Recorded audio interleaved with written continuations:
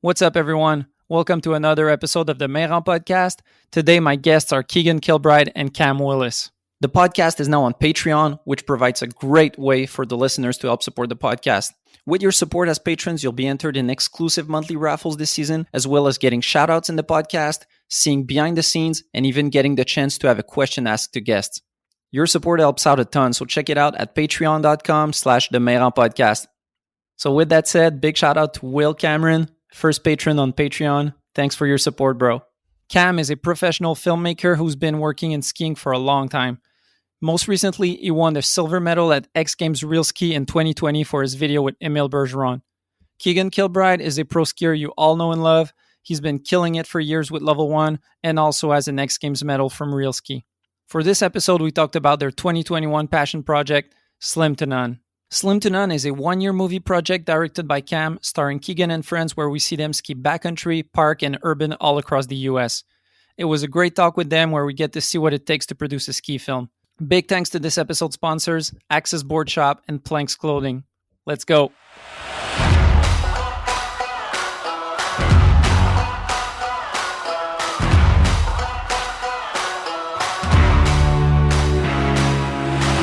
Mr. Keegan Kilbride, Cam Willis, welcome to the podcast. Thank you, bro. Good to be here. Yep.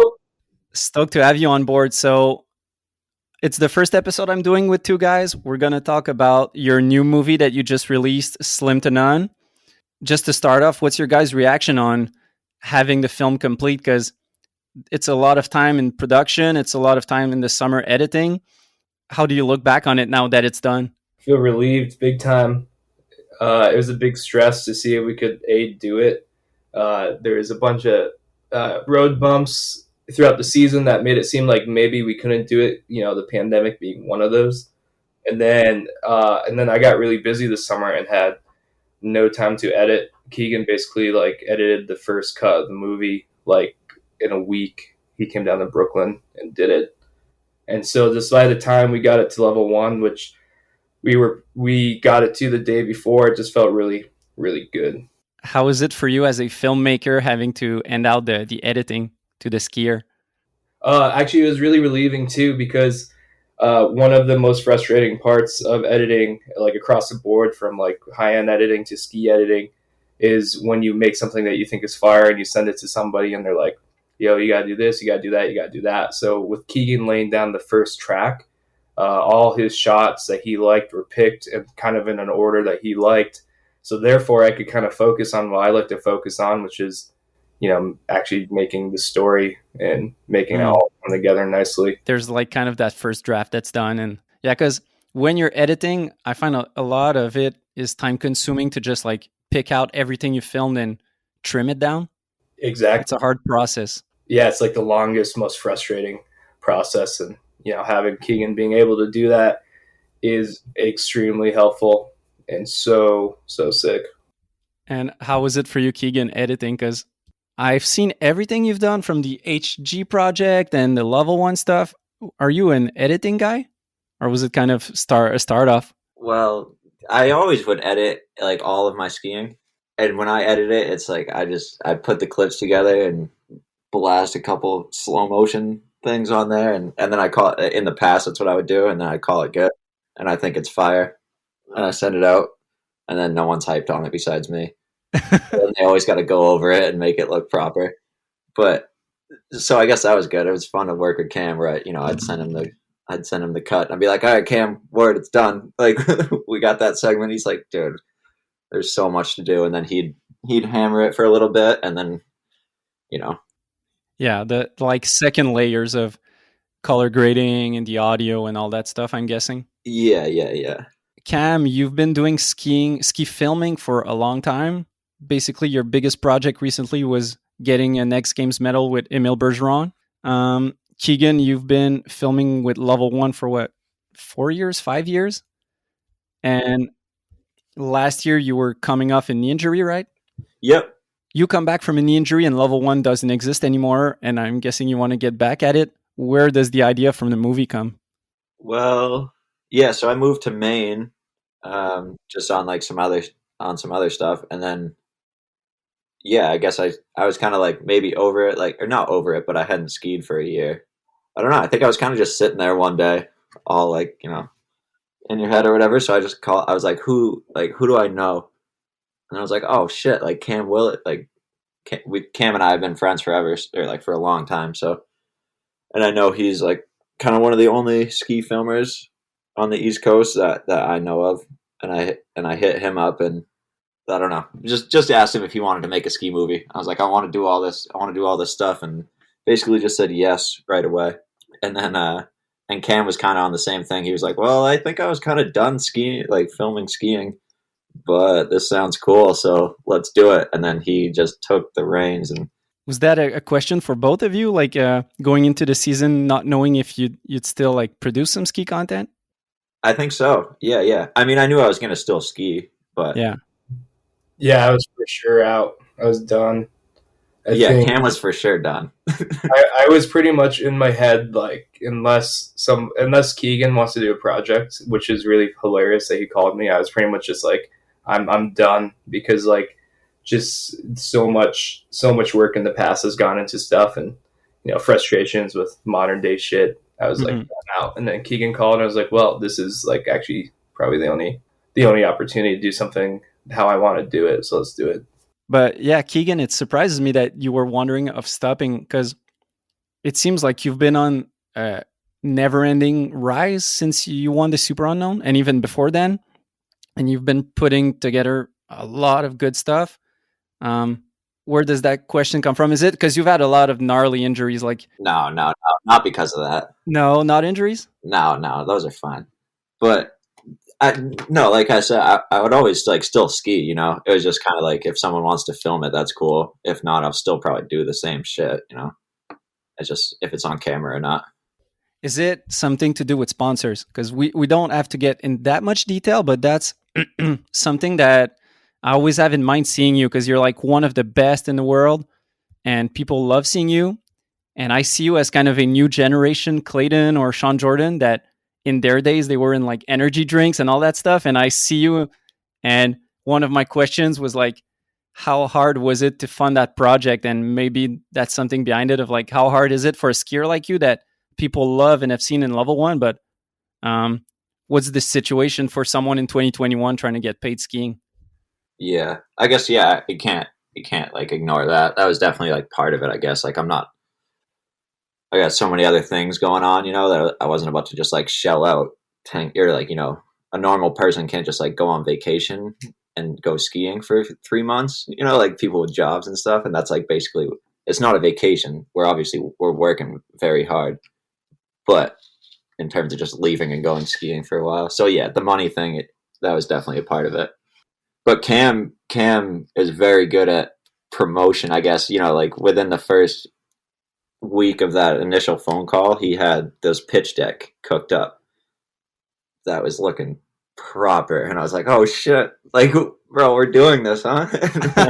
Like that was kind of just a crazy idea that I had, Cam, like, and then now he's sending this pitch deck all over the place, and it's like, damn, now we're doing it. So yeah, that's what happens when you pitch an idea to someone who's organized. You're right. And a week later there's a pitch deck and there's emails going off, and you're like, okay, well, it's starting. Yeah, exactly.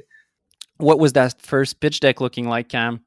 Did you already have a specific concept in mind, or it was just something broad of like, we want to make a movie? It was pretty specific, but like, so I mean, essentially what I've learned from the commercial side of things is that you need to have some kind of shit on paper, right? Mm-hmm. So I was like, I've struggled with getting money for skiing my entire career, and I was like, this has to be the only way. Like, you just put together something.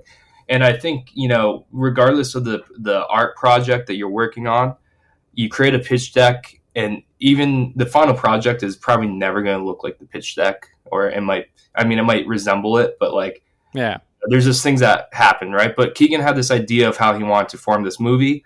And so therefore I pretty much just put it on paper using the templates that I've created throughout my career.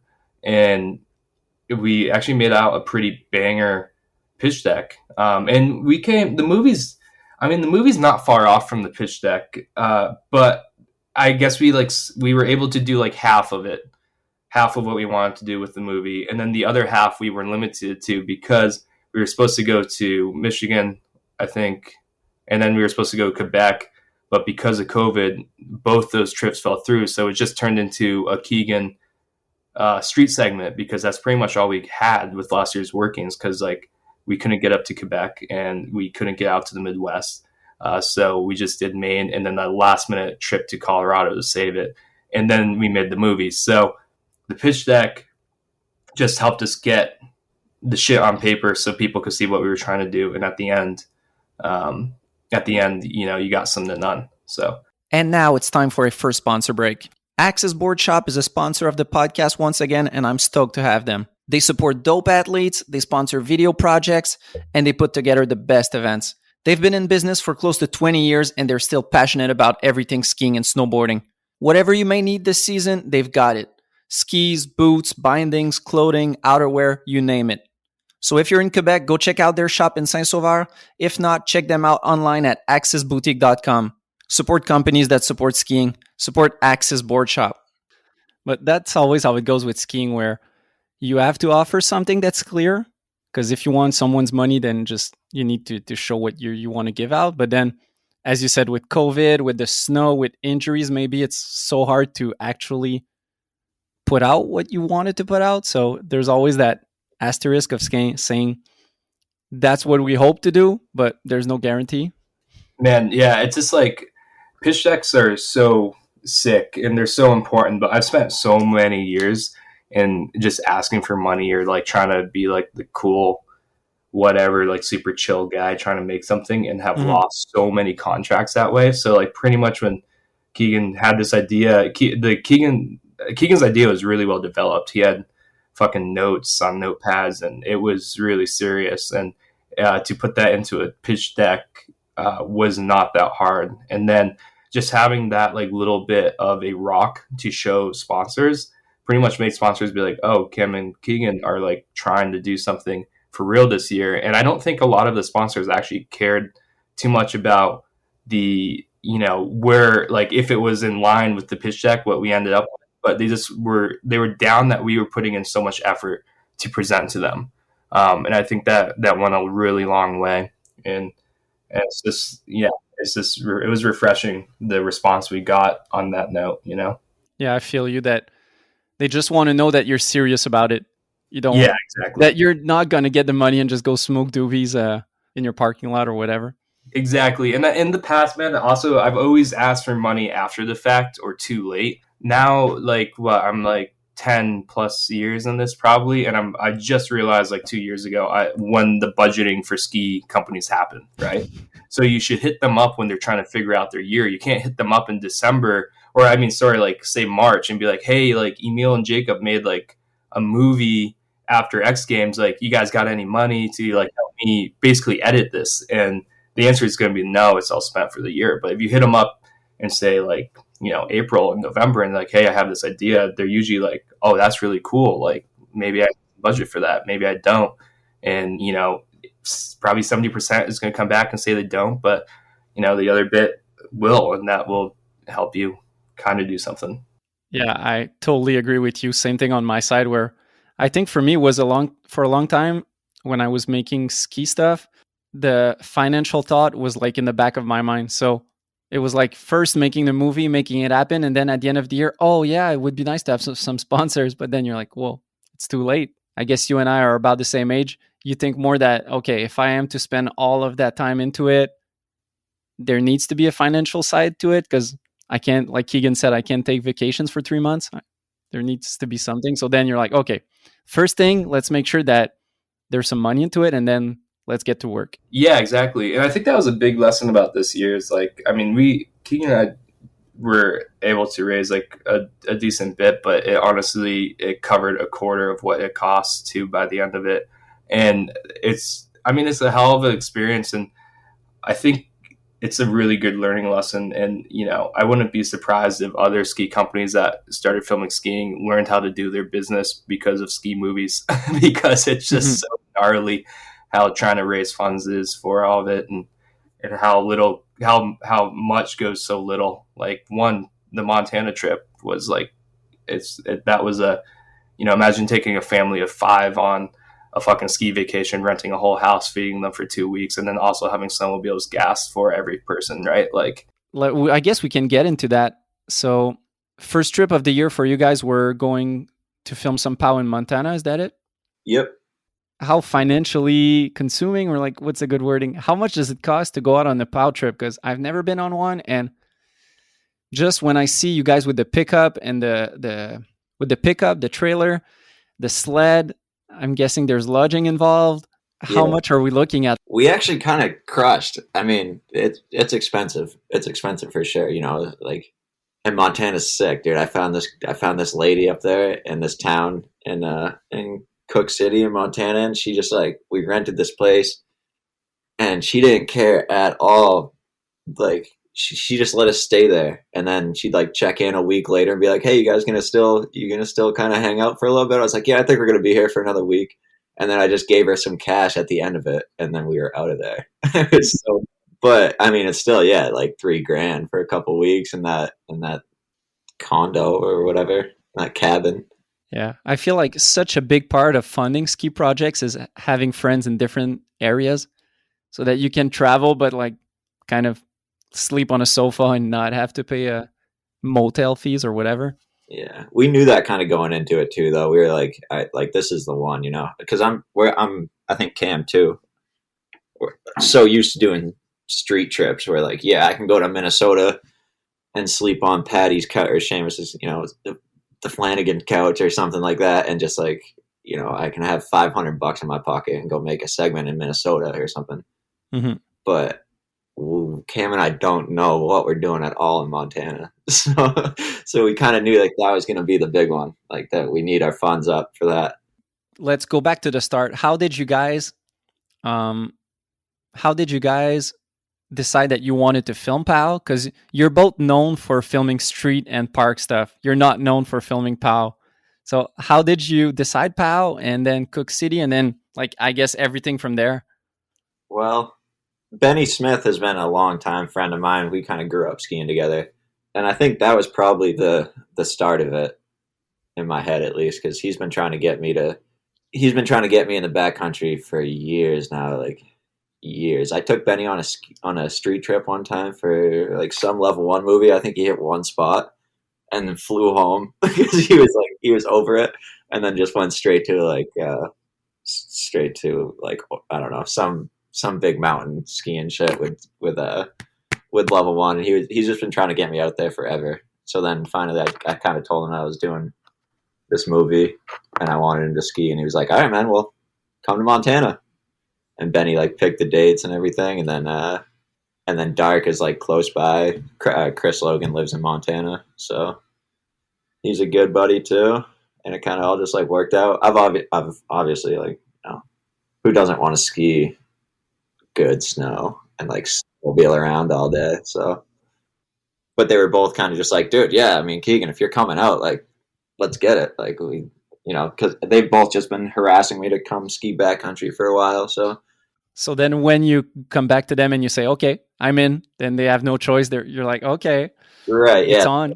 Yeah, because exactly, we just been kind of talking shit with each other, like yeah, I'm always saying like, "Oh, I'll come out there and burn you guys," and like shit like that.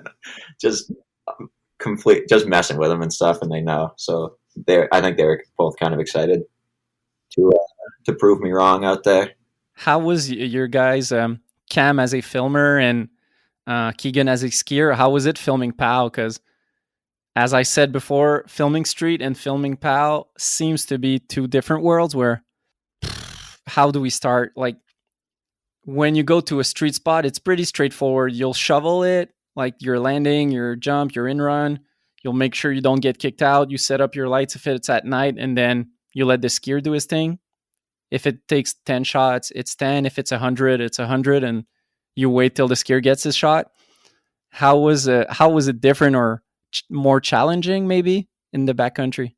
When I worked for Ski the East, I did, a handful of East Coast POW trips. One of the biggest ones was to the Chick-Chocs with Jacob and the boys, and I learned a lot there in terms of like how the building works and whatnot. And then when we got to Montana, I just kind of took the little bit that I did know. And then like also like one of my favorite series ever was the Big Picture series that Sean Logan and the boys did.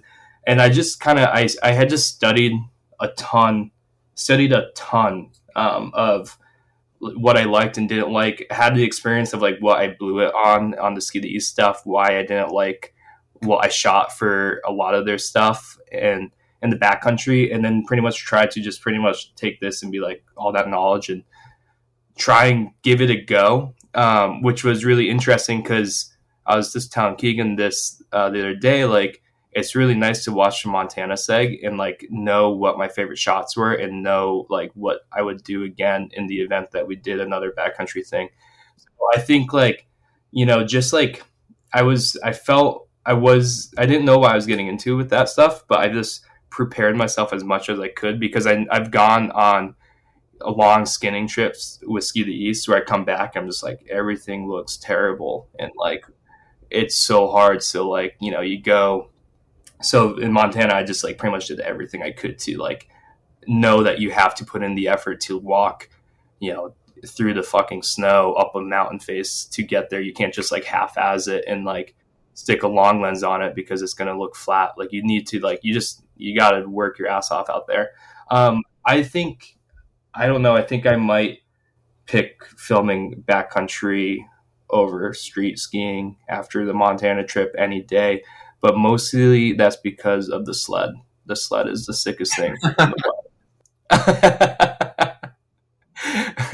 It's like eating your dessert before the meal. Oh, it's just great, man. Like, in street skiing, like you kind of freeze it, like you get the shot, you're really stoked, and you're like, oh fuck yeah, the segment's gonna be great. And then the backcountry filming is like, oh yeah, I just got shot, 6 segment, and then like let's hop on this 850 and fucking pound her for a minute, and it's just great. And now it's time for another sponsor break. I'm stoked to have Planks Clothing as a sponsor again this year. I love the brand. Everything they make is top quality and super stylish. Planks has just launched their new No Skiing on Mars capsule collection. The No Skiing on Mars collection is a collaboration between Protect Our Winters UK, also known as POW, and Planks Clothing. With the sales of this limited collection made from recycled fabrics, they aim to raise over 5,000 euros. This donation will help fund POW's carbon literacy program, which is already changing individual and businesses' carbon consumption for the better. Mars may be the next frontier for human settlement, but it sucks as a ski destination. Our Earth is amazing and we must help protect it. No Skiing on Mars is available to shop now at planksclothing.com. Support companies that support skiing. Support Planks Clothing.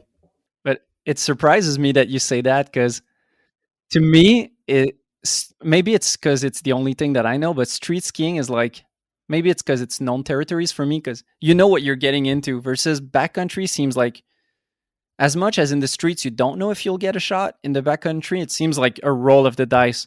Will the snow be shit? Will there be too much, like, I don't know, fog or clouds? It seems like that much more hard to get a shot than in the streets. Dude, we had no idea what we were getting into. Yeah, not a clue, man. I didn't think we had a segment when we left Montana. I knew we had something, and it turns out we probably had 2 segments if you really wanted to squeeze it, So it was pretty impressive. And I think we got really lucky.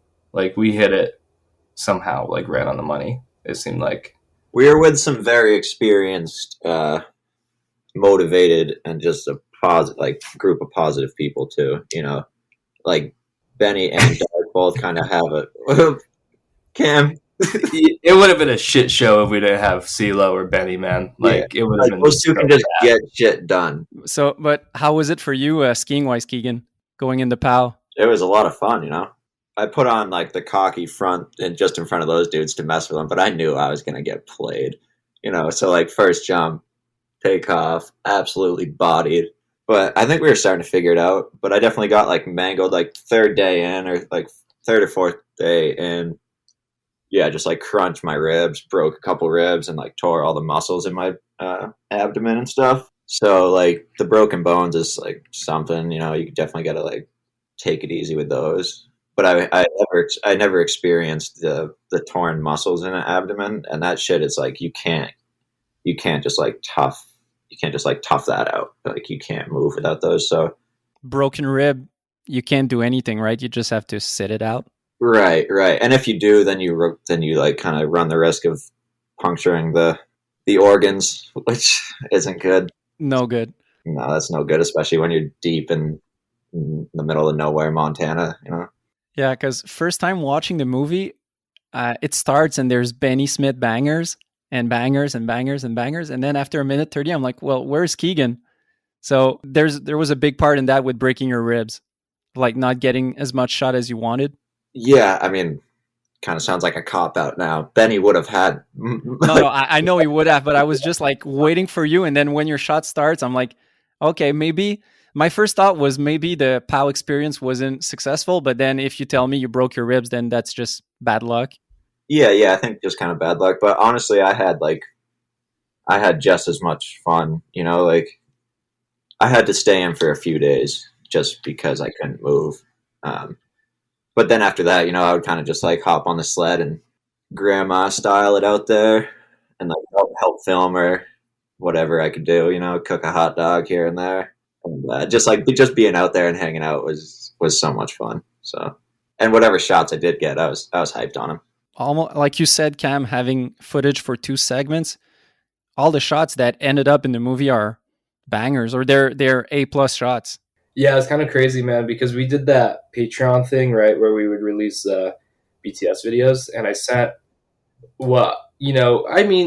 sure, like the Montana seg that was on Patreon in March, it had a few teased A shots, but most of them were B shots, right? And I sent that to AJ, and AJ was like, "Bro, what do you mean those are B shots?" And I was like, "All right, sweet, that makes me feel good," because also like that thing of not filming backcountry before, like I wasn't too sure what we had, Mm-hmm.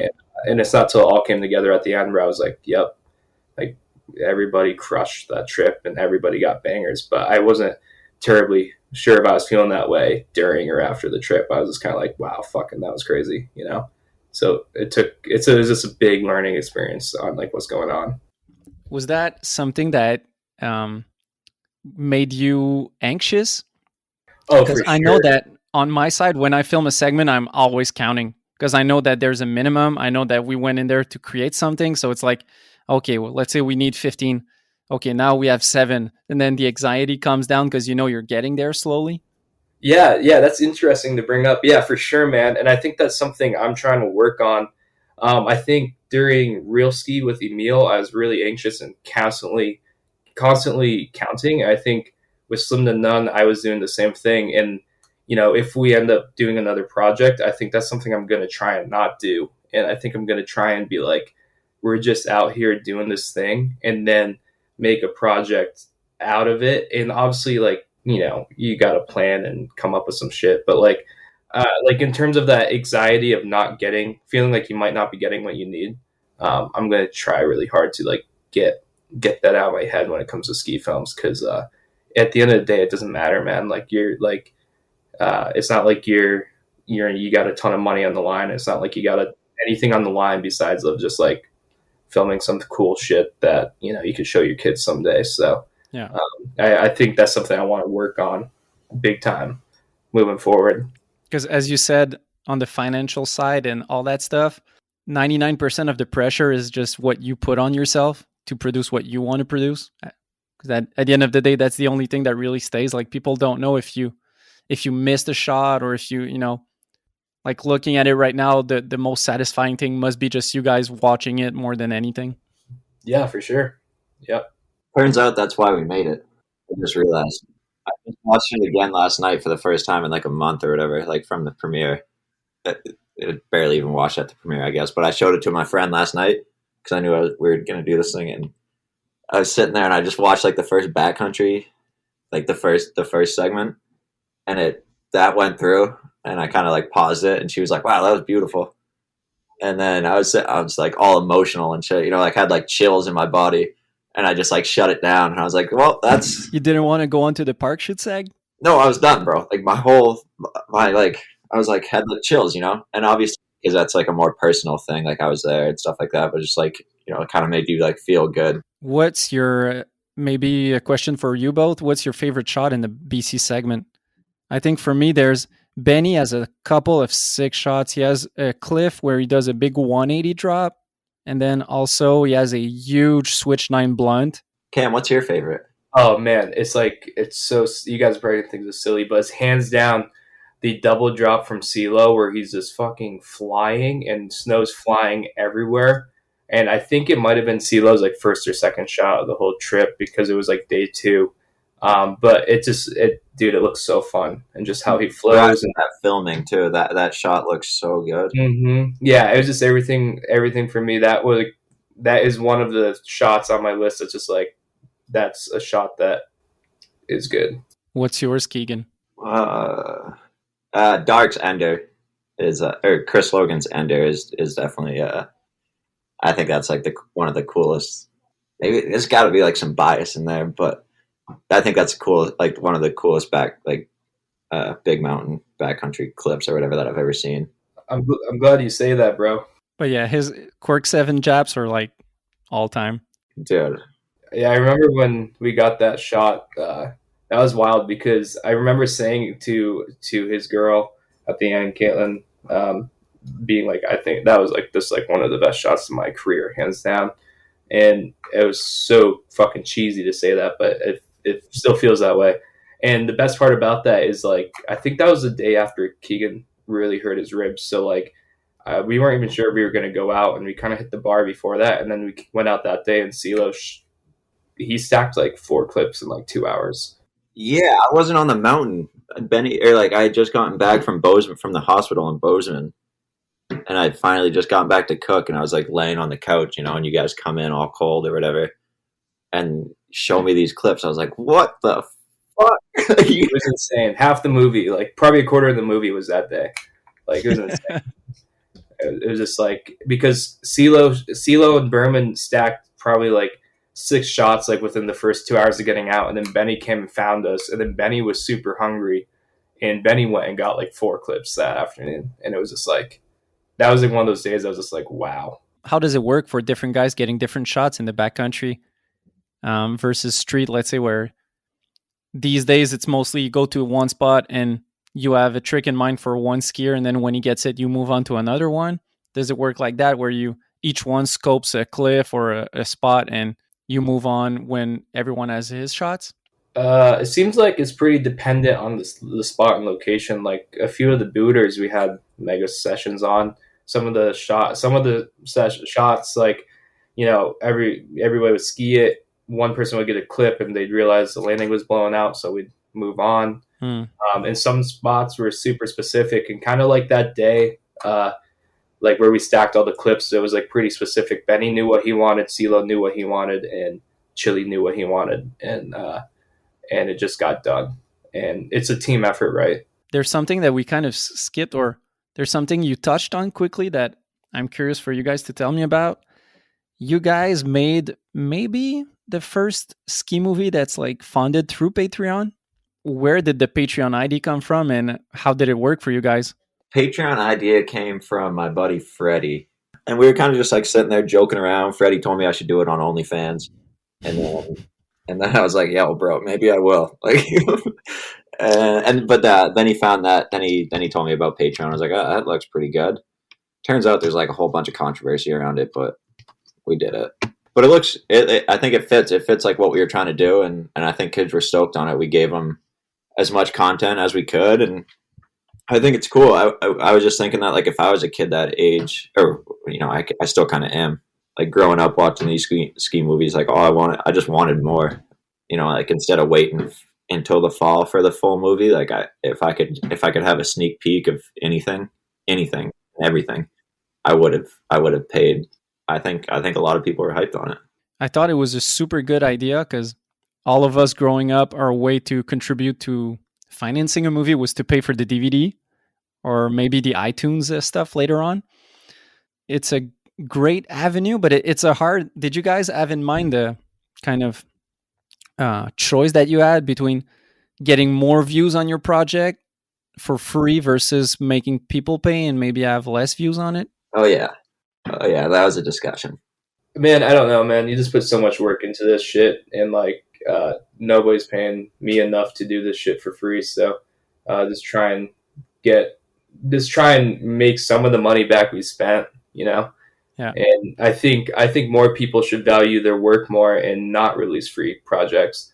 And I understand that some people get the funding from their sponsors to where, they don't need to charge, and that's kind of a sweet deal for a sponsor because they're backing content. It works out for a lot of people, but for us, that's not the case. And people pay a lot of money to buy a photograph, right? People pay a lot of money to, buy a lot of shit. You can pay to see our film if you want. It's $10. Like, that's essentially going to the bar and buying us a beer, And if you could do that, you could probably buy a ski film. And that's my opinion on that. And I totally agree with you. And that's something that back in the days when we were still selling DVDs, I had a hard time with people that were putting it out for free because it didn't seem logic to me. But now, almost 10 years later, it seems like weird when you see someone asking you to pay for a movie just because nobody does it anymore. Like when Henrik released his movie, A Salute, last year, and you had to pay. It just felt weird. Like I paid for it because I always did and I always will because I want to support, but it just felt weird because it doesn't exist anymore. Yeah, I think you're right, man. Like it feels weird for me. It took me a long time to like swallow the pill of paying for a film. Like I think most of that was because I was salty with where I was at, right? But I just bought the 4 film. I donated to Strictly last year, and I probably will again this year because I just realized that $10 or $20 to go to the creation of this it's a good thing, right? And sure, like you look at child labor, man, they have like 10,000 plus views right now. They released their shit like a week ago or 2 weeks ago. I just bought 4, and you can see the numbers that they're pulling in, and it's like I think they're at 2,800 last time I looked. There's a big difference. Still, 2,800 is great. It's still pretty. It's all people that paid. Yeah, right. It's pretty fucking awesome, right? So, like, I just think like I would be an advocate for everybody making a film to sell it for $5, $10. It's literally a PBR tall boy, Yeah, my side on it as a producer sometimes with the hat of a producer is more thinking that if you want sponsors to give you money, they expect the visibility of free content now. It's like a must. It's cool that you guys managed to get sponsors and also put it on sale. You definitely got to offer the sponsors an offering, right? And like for us, that is offering photos and exclusive Instagram posts. Because at the end of the day, like it seems like in skiing, nobody fucking cares about shit beyond Instagram, right? It's all about giving them the raw footage. Yeah. So like most of our contracts are like, hey, like, unless they it's very specific. Like if they ask for something, great, we're going to give it to them. But we tried to make it as easy as our end as possible. Right. And therefore that is like, we're going to take photos. We're there with cameras anyways. And we can provide you, Instagram videos that are product specific. And that also works for us because that's promotion for our movie. Right. And like, listen, man, like we're like the, what is spent on a movie versus made on a movie and sales, like we're not making money, bro. But like at least we're making some of that money back, and it doesn't feel like we just put it online and whatever. Yeah. If you want to see it, either buy it or buy it with a homie and watch it. It's just that simple. As you said, for the beer comparison, when you start thinking of like a Big Mac or a beer, you're just like, hey, skip the Big Mac this weekend and help out the homies. Yeah, exactly. I mean, how many times do you buy a beer for your buddy at the bar? Like it's not terrible. If we were asking $30-$40 for it, yeah, then that's like a little different. But then I remember on my side growing up in the days where it was that, I think they were selling it for $20-$30 in ski shops. And that was just like, well, that's what it's worth. Yeah, no, so true, man. And I mean, you used to be like, when I grew up, I couldn't afford to buy every single movie that came out. So I would buy, crew specific ones that I messed with, which was like Stepped and maybe a level 1 movie here and there, which is kind of interesting because now, like with all the free ones, you just watch everything out there. I don't know what one's more beneficial or not. And what I know, it's definitely more limiting to have your shit for sale. But yeah, it just seems like the right way to kind of do it in my head. Might be my old ass thinking that way. Yeah, let's get back to the movie. After the pause segment, there's a little transition, and then it gets into a park shoot. It's rare these days that we see a park shoot. How did you guys make it happen? This dude, Devin Kern, well, Josh Berman from Level 1, basically. Just, I happened to be in Colorado at the time. We were planning on filming some other stuff, and he and Trevor were over at Winter Park, and I have a relationship with Winter Park, and obviously Josh Berman. And they hit up Will Berman and I, and we're just like, yo, you want to come ski for a day? We went over there. Turns out the setup was sick, and I don't know, we kind of just started skiing, and then Josh was just like hyped, and kind of turned into a little park shoot. It just kind of all fell into place. It was sweet. My biggest thought when watching it was, yeah, the skiing is super cool. The parks look dope. The feature looks dope. You're sponsored by Armada. You could go with the Dolos, the B-Dogs, the Edgeless, and you're at a park shoot with the White Walkers. Explain that to me. Dude, it's the best ski I've ever skied on. It's the best thing I've ever put underneath my feet. Really? Yeah, for me. What's the width? Is it 120? 118. 118? Doesn't it feel too much in the park? No, bro, they're light. They are light. They feel as light as the Dolos or something. That's crazy how it evolved. Because like I was watching old shots from I think like the Meatheads movies from 2008, and it looks like the line skis that they're skiing in those are like 80 millimeter, and now people are skiing in the park with 118. A lot of people started talking about that, and I guess like I don't know. I don't ski with that many people, especially like I'm in Maine. Just skiing Sugarloaf, and like no one says anything, like no one really knows. But I went to Copper one day and skied out at Copper, where there's all kinds of park rat kids, and everyone's like looking at me weird and like asking me what I'm doing. And I was like, I don't know, man, I'm just having fun on these things. Like, yeah, they are 116 and then 185 length, so they're big, But like I wasn't ever they didn't restrict me from doing any trick that I wanted to do. And they were just a lot of fun. And I don't have any problem with it. I just thought it was it stood out to me just, okay, because you chose to ride with those. You were like, okay, I'm at a park shoot. I'm going to throw some rail tricks, and I'm going to go with the White Walkers. Yeah. Did you get some message from Sammy saying, hey, that's not the right spot to use them? Nah, Sammy hit me up and he was like, dude, that's sick, bro. I'd like to see it. Yeah, I don't know. I really didn't think anything of it. I don't know. They're a lot of fun. You should ride them if you get a chance to ride them, and then maybe you'll understand what I mean. They're soft. I wish. Like, there's some special types of skis that you see, and that, like, I was seeing people riding on the Edgeless last winter, and they're so soft, and they look so playful. Like, I would want to ski them. Yeah, these things are soft, too. They're a lot of fun.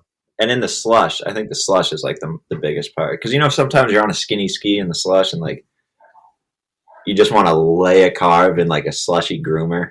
Mm-hmm. That's like the best feeling in the world. Just laying trenches on those White Walkers. It's so sick. Yeah, I was skiing them all year in the park. It was kind of my mountain ski. And then I would just use a skinnier one in the street, obviously, because I don't know. Okay, so street's the limit.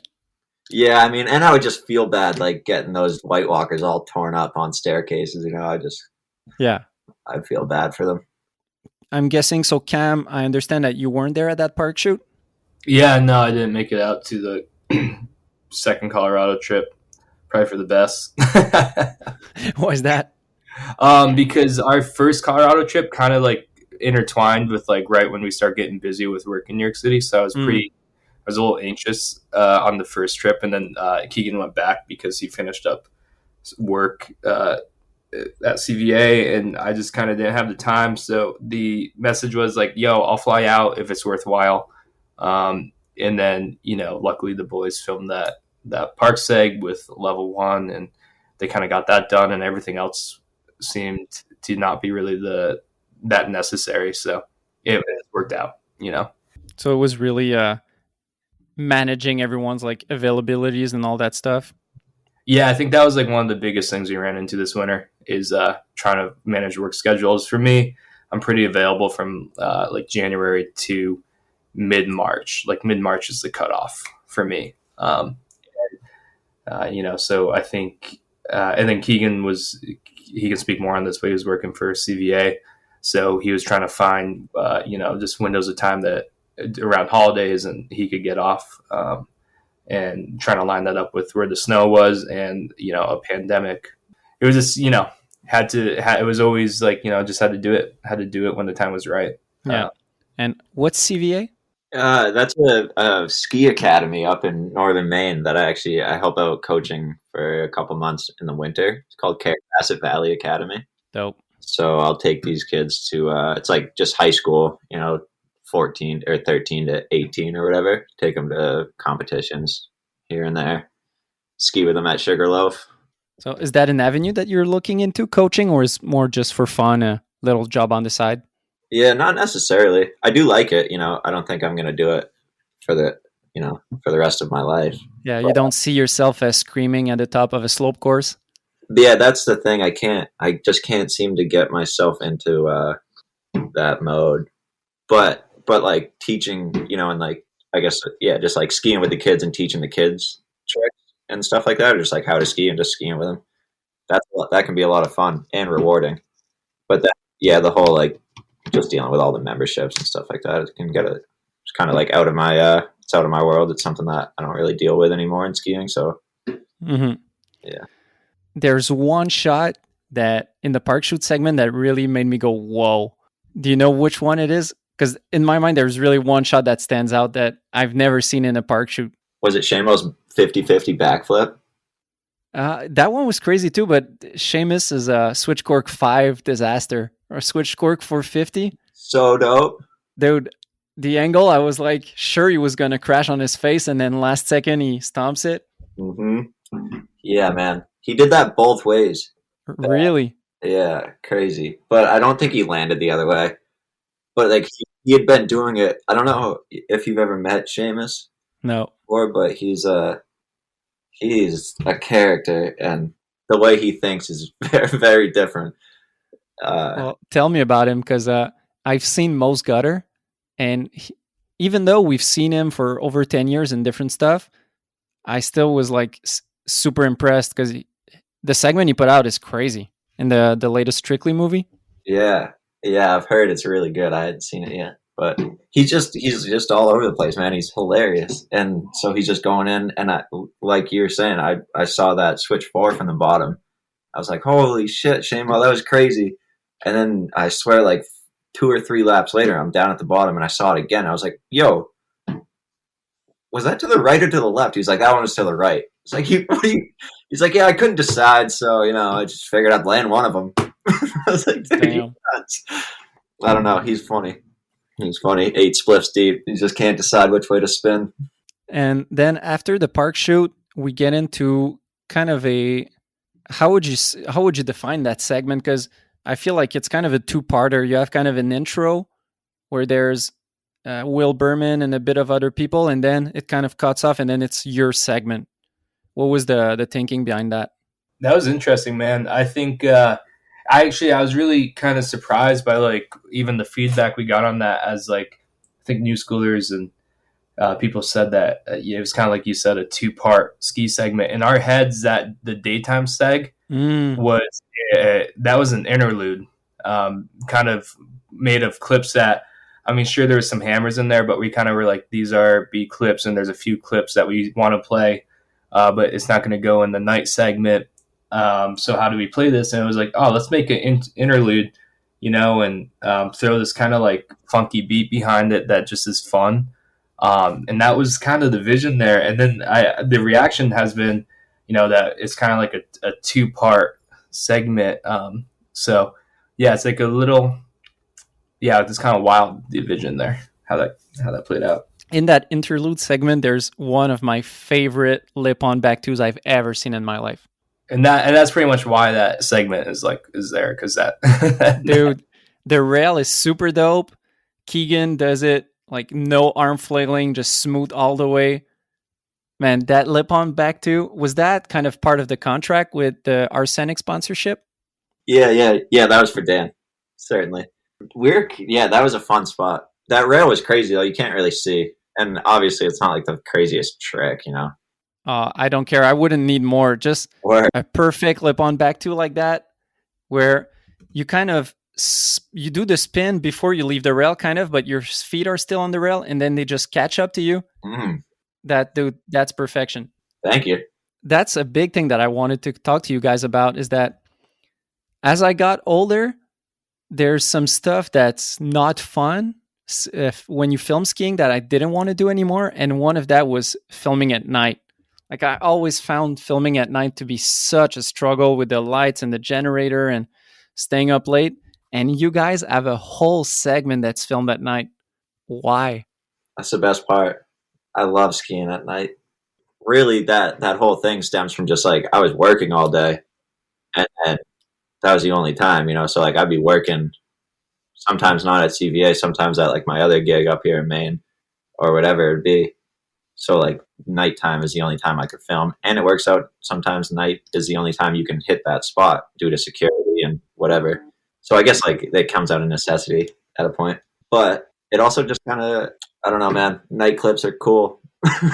They are cool, and you can control the light. You don't have some problems with the lighting. You get it how you want it, but oh man, I have bad memories of standing up alone in the dark at -30, and I don't know. I just have better memories of filming during the day.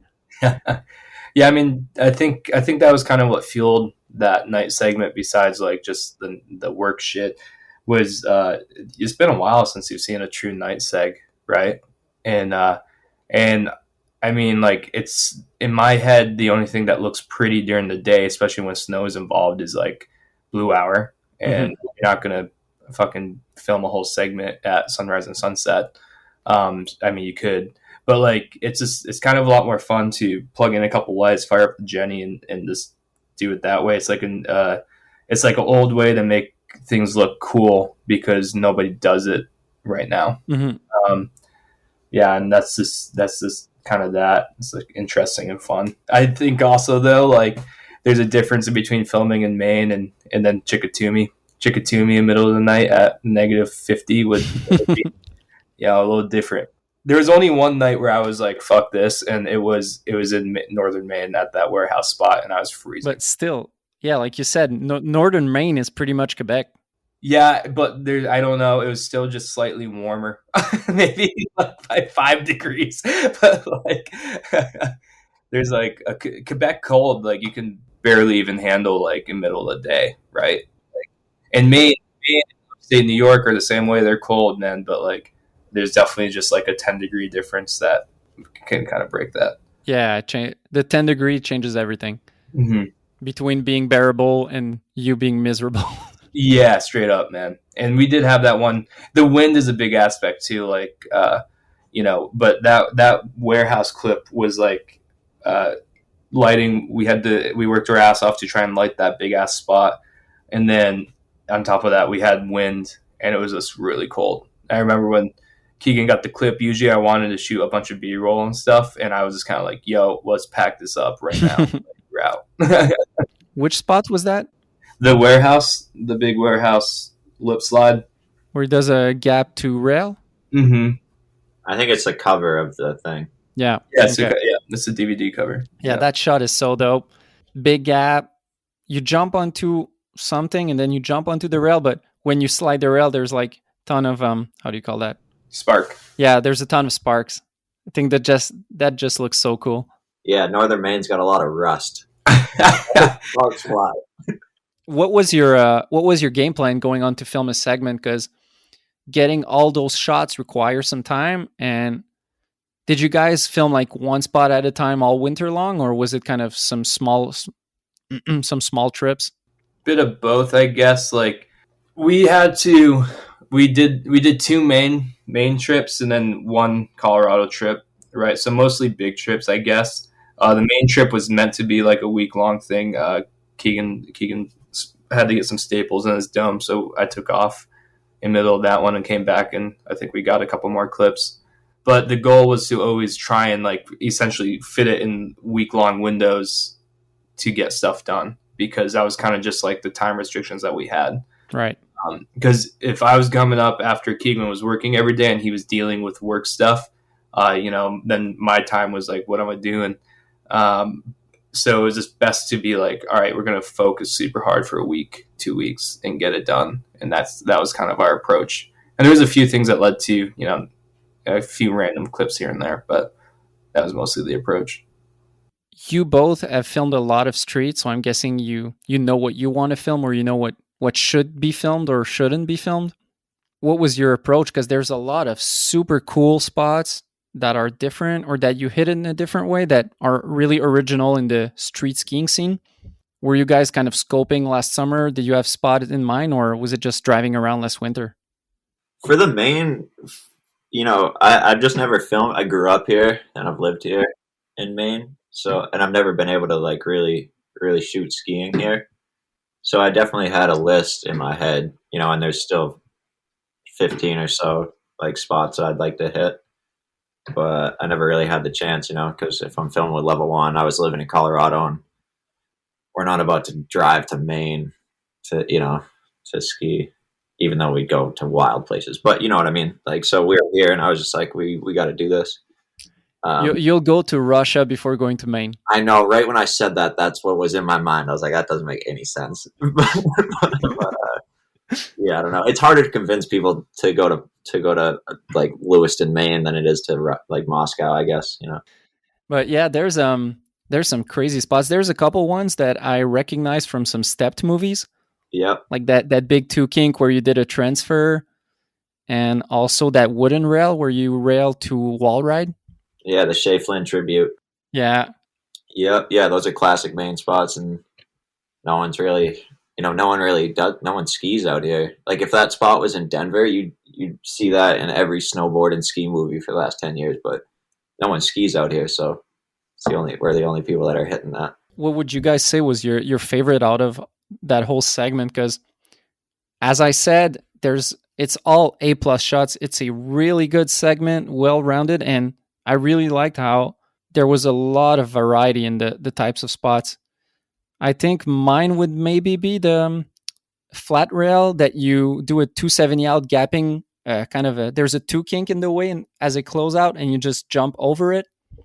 Man, actually, yeah, interesting question, bro. It's I think my favorite one, like, and it's not because of how it's filmed, but it is the was it Sunday River rail, the wooden rail to switch to. Oh man, that one is so dope, dude. I just think it's like, in terms of like, it's just like how it's placed in the segment. It's like, Matt, it's like it's like a really heavy trick, and how we filmed it, it doesn't play like that, and it's kind of like just one of those sneak attack shots that you're like, wait, what? Switch lip tail under two to switch 50-50. I've never seen that I don't think I've ever seen that, period.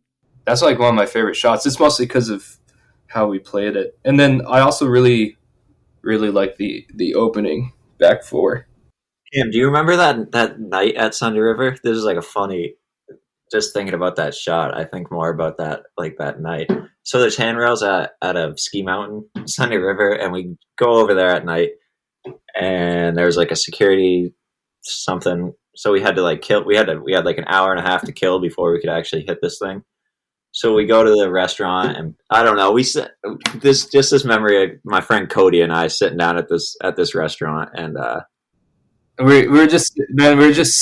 We're just sitting there, like literally, like doing nothing. This bar has 8 people in it, and there's like all of a sudden these like 3 girls pull Cody aside and pretty much buy him around the shots. And we're kind of like, what the fuck, man?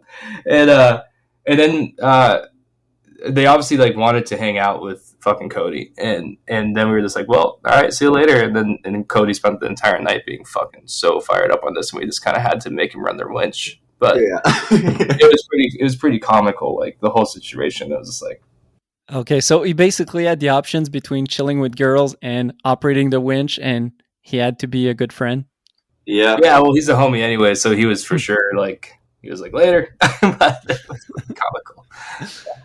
Oh man. But for a special trick like that, Keegan, did you have that in mind that you wanted a feature to do it? Or was it just seeing that rail you were like, oh, that would be cool?